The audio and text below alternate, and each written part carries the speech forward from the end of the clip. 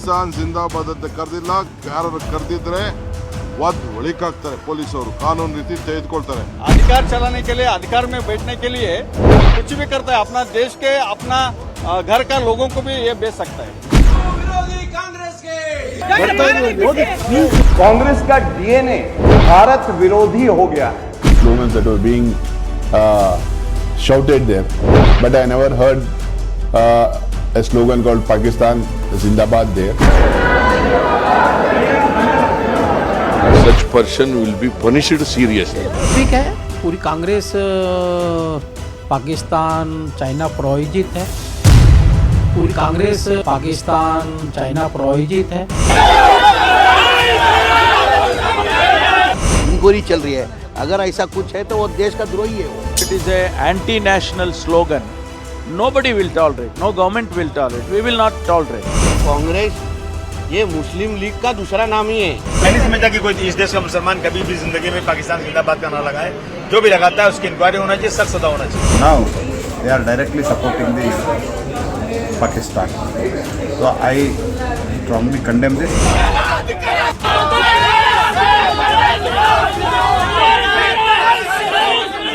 ये डॉक्टर करते हैं, ये सब झूठ बोलते हैं ताकि चुनाव में इस समय हिंदू मुसलमान हो जाए. क्यों राहुल गांधी शांत है? सोनिया गांधी इस पर बोली क्यों नहीं कुछ?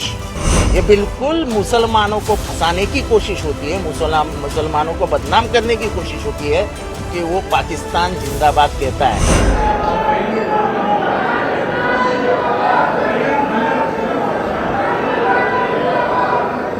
कि कांग्रेस सांसद नासिर हुसैन के ठीक पीछे सफेद शर्ट में एक व्यक्ति है जो जिंदाबाद जिंदाबाद के नारे लगा रहा है. इसके ठीक बाद एक और व्यक्ति हाथ उठाकर उसका साथ देता है. आरोप है कि इसी व्यक्ति ने पाकिस्तान जिंदाबाद के नारे लगाए.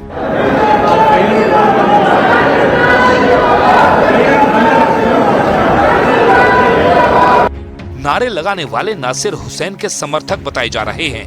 ये वीडियो जैसे ही सोशल मीडिया पर वायरल हुआ, बवाल मच गया.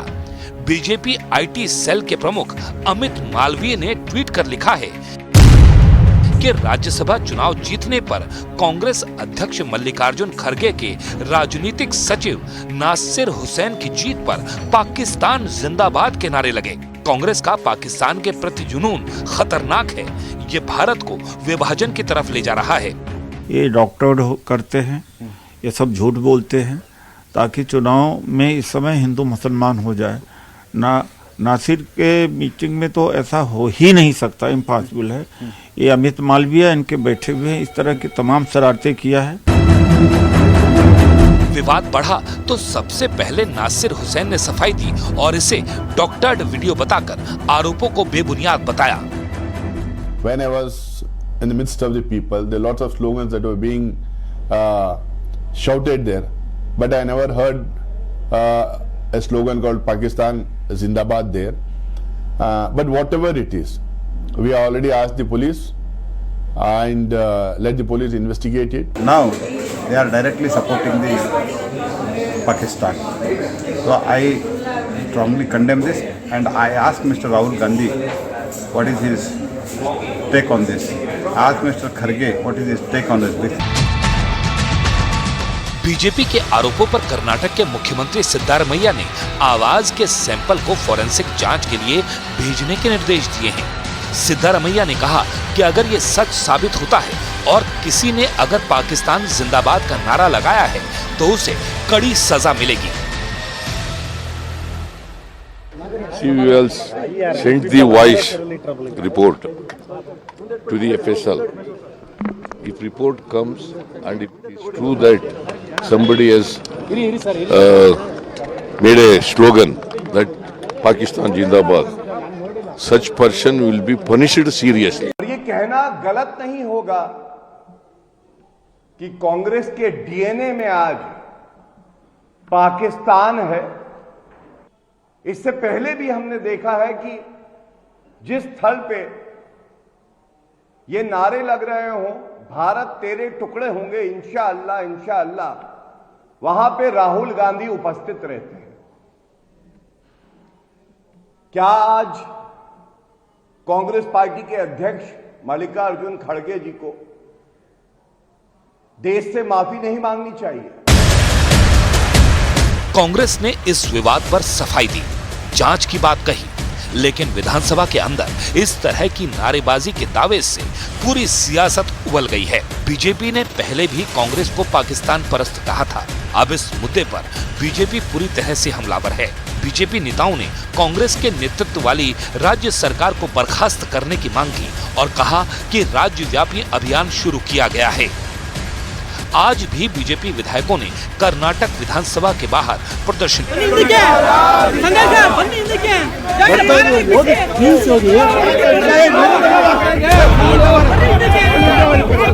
पूरे कर्नाटक में बीजेपी अब अटैकिंग मोड में है और कांग्रेस के खिलाफ जमकर विरोध प्रदर्शन हो रहे हैं। कर्नाटक के बेल्लारी में भी बीजेपी कार्यकर्ताओं ने नासिर हुसैन के घर के बाहर प्रदर्शन किया।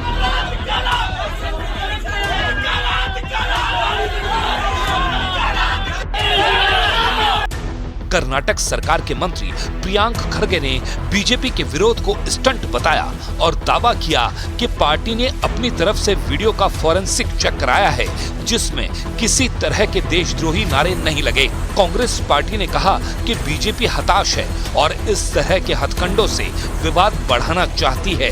कर्नाटक सरकार के मंत्री जमीर अहमद ने अपने ही नेता के विवाद पर हैरानी जताई है कि आखिर कांग्रेस सांसद के सामने देशद्रोही नारे कैसे लग सकते हैं।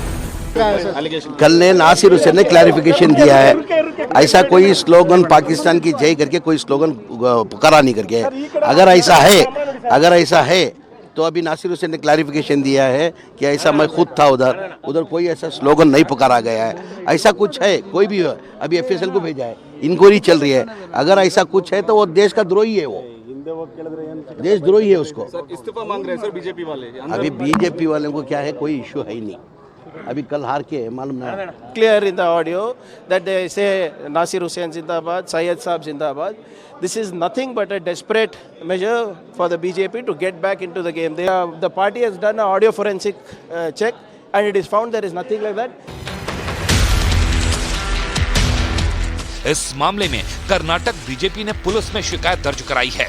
इसमें आरोप लगाया गया है कि जब निर्वाचन अधिकारी ने घोषणा की कि हुसैन राज्यसभा के लिए चुने गए हैं, तो शाम करीब 7 बजे उनके समर्थक जो हुसैन के कहने पर विधानसभा में जमा हुए, अचानक हुसैन के लिए जयकार करते हुए जोर से पाकिस्तान जिंदाबाद के नारे लगा रहे थे। इस बीच यूथ कांग्रेस के कार्यकर्ता सैयद अरशद का दावा है कि वो भी नासिर हुसैन के साथ मौजूद थे और उस वक्त नसीर साहब जिंदाबाद के नारे लगे थे।